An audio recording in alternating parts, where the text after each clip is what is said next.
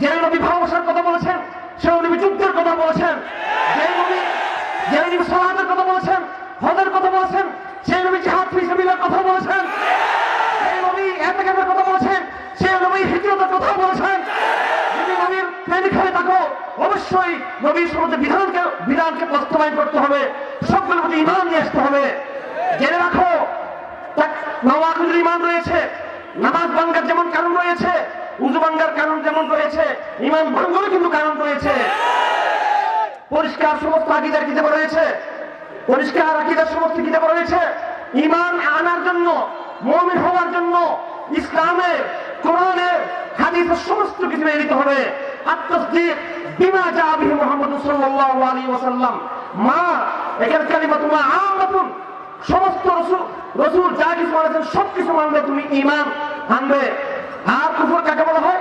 কুফর তাকযীব, তাকযীবুন বিশাইইন মিম্মা জাআ বিহি নবী সাল্লাল্লাহু আলাইহি ওয়াসাল্লাম।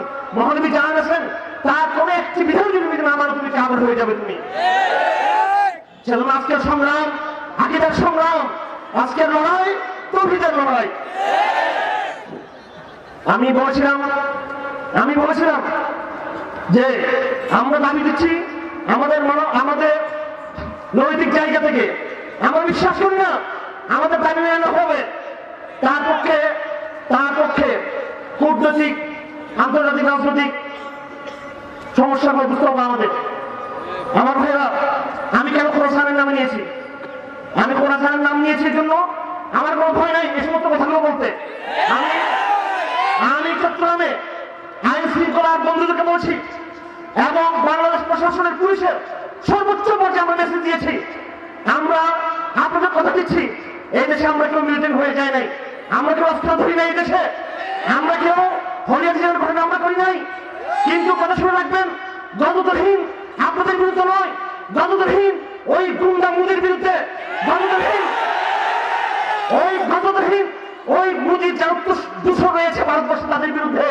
শুনে রাখো, আমাদের কথা করতে দিবেন।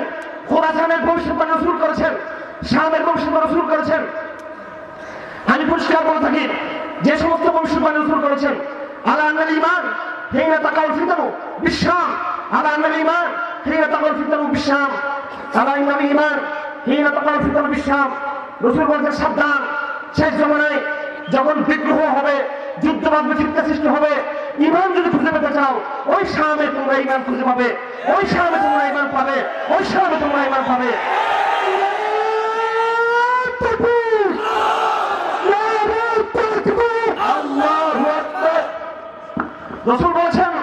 রসুল বলছেন মাহদীর বাহিনী বের হবে। ইযা রাআইতুম রায়াতিস সুদ কাদ আকবালাত মিন খুরাসান ফাতুহা ওয়া হাব্বান আন সুজুদ ফাইন্না ফি খলিফাতুল্লাহিল মাহদী। হে আমার উম্মতরা, যখন দেখবে খুরাসানের পর্বত থেকে, হিন্দু কুশের পাহাড় থেকে কালো পতাকাধারী, লা ইলাহা ইল্লাল্লাহ পতাকাধারী বাহিনী যখন বের হয়েছে, তোমরা পাহাড়ে পর্বতে বরফের উপর তোমরা হামাগুড়ি খেয়ে ওই কাফেরের সাথে তোমরা ঐক্যবদ্ধ হও, কাফারবদ্ধ হও, কাফারবদ্ধ হও। এটা মাহদীর কাফেলা, খোরাসান মাহদীর জমিন, খোরাসান ঈসার জমিন। সুতরাং যারা খোরাসানকে জঙ্গিবাদ করবে, নিশ্চয় তাদের মনে নেফাক রয়েছে, তাদের মনে। আমার ভাইয়া, রসুল বলেছেন ইসাবাতানি মিন উম্মতি মাগফুর, আমার উম্মতের দুই দলকে আল্লাহ ক্ষমা করবেন। ইসাবাতুন তাকুন ওয়া ঈসা ইবনে মারইয়াম, একটি দল হবে যারা ঈসা ইবনে মারইয়ামের সাথে যারা যুদ্ধ করবে তার জালের বিরুদ্ধে, আরেকটি দল হবে যারা হিন্দুস্তানের লড়াই করবে।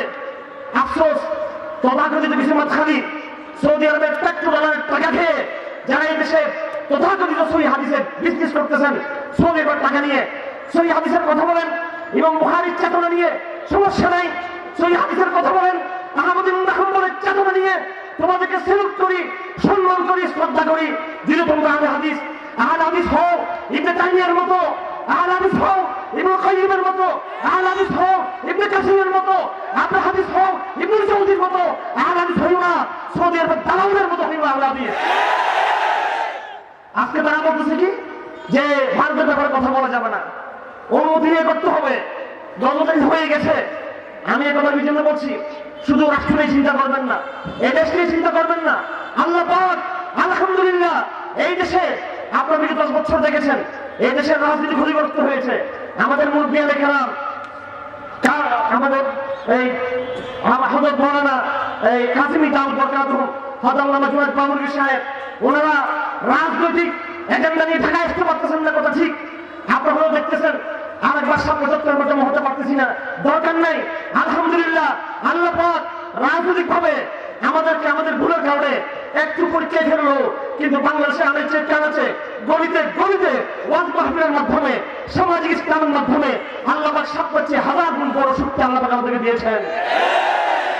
এবং আমেরিকাতে গবেষণা হয়েছে বাংলাদেশের বিগত 10 বছরে বিভিন্ন চক্রান্ত ষড়যন্ত্র করে ইসলামকে পরাজিত করা যায় নাই। জেনে রাখো, জেনে রাখো, যারা আন্তর্জাতিক তাগুতের দোষর, তোমরা মনে করিও না সংসদে কয়জন এমপি হচ্ছে, মিনিস্টার হচ্ছে, মন্ত্রী হচ্ছে, সেটা দিয়ে আমাদের কিছু আসে যায় না। বরং আমেরিকার গবেষণা হয়েছে বাংলাদেশে সামাজিকভাবে ইসলাম এত বেশি রাইজিং হয়েছে।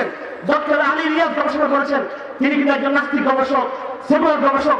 তিনি বলেছেন বাংলাদেশের সামাজিকভাবে, আমার কথা বল শব্দগুলো মনে রাখবেন, বাংলাদেশের সামাজিকভাবে ইসলাম এত বেশি রাইজ করেছে, ইসলাম এত সুত্রান হয়েছে, যে কোনো সরকার আসুক আর মোল্লাদের সাথে আপোষ করা ছাড়া কেউ কোনদিন ক্ষমতায় থাকতে পারবো না কেউ। আমার ভাই, আমি সর্বশেষ কথা শেষ করে দিচ্ছি।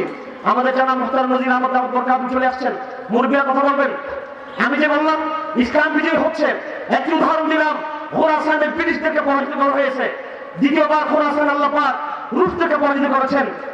আমার মুরব্বি শ্রদ্ধাভাজন নূর হোসেন কাসিমি দাউদ বরকাতুহু, তিনি তুরস্কের কথা বলেছেন, তার দুবারের কথা বলেছেন। আমি আপনাদেরকে আরো বড় বিজয় সংবাদ দিচ্ছি, আমার মুরব্বির মতন বলেছেন। আমি আমার মুরব্বির মতনের সাথে হাসিয়ে সম্পৃক্ত করতে চাই, টিকে সম্পৃক্ত করতে চাই। আলহামদুলিল্লাহ যারা আজ খোরাসানে বিজয়ী হয়েছে, তারা পৃথিবীর বর্তমান পরাশক্তি আমেরিকাকে তারা পরাজিত করেছে, তারা আলহামদুলিল্লাহ।